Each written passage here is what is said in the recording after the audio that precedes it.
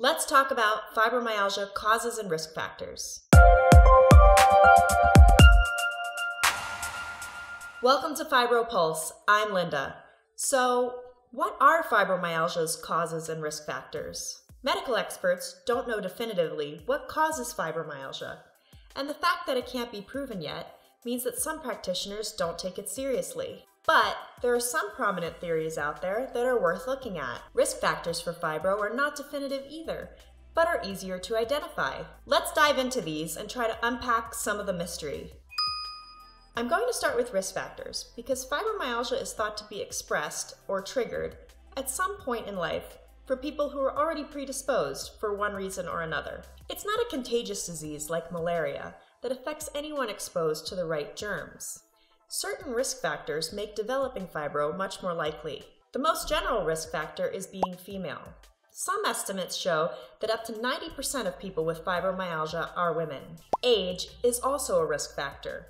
Fibro is most commonly diagnosed for people between the ages of 20 and 50. Family history is important too. If your parents or grandparents have fibro, you are much more likely to develop the condition yourself. Finally, if you have another disease that affects your joints, muscles, or bones, you are much more likely to develop fibromyalgia. Some examples of these related conditions are various types of arthritis and lupus. Okay, so now that we've talked about what puts you at heightened risk, let's talk about some of the theories for the cause of fibromyalgia. One of the main theories is that it arises as a result of changes in the way the nervous system processes pain signals carried throughout the body. Imbalances of certain chemicals could induce this nervous system malfunction. Your central nervous system transmits information all throughout the body. This includes pain, and even the slightest exposure to pain could be magnified if neurochemicals are out of balance. So which chemicals are the culprits here? The three biggest ones are serotonin, noradrenaline, and dopamine. Fibro patients have abnormally low levels of these. Not only do they process pain messages sent by your nerves, they are critical for regulating sleep, appetite, mood, and behavior. So basically, they affect everything about your health. I said earlier that fibromyalgia can be triggered by a traumatic event, but what might precede that is a genetic predisposition.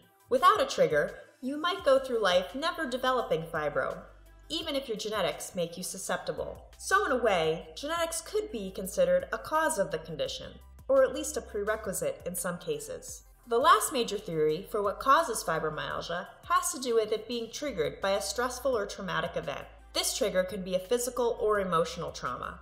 Some examples include a major injury like a car accident, a viral infection like mono, giving birth, having an operation, the breakdown of a relationship, or the death of a loved one. However, sometimes fibro isn't triggered by any one obvious event, but rather develops slowly over time.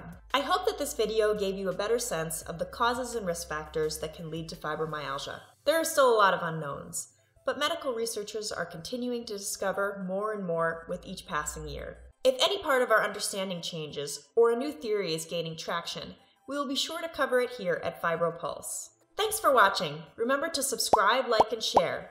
Follow us on social media, then come join the community at fibropulse.com.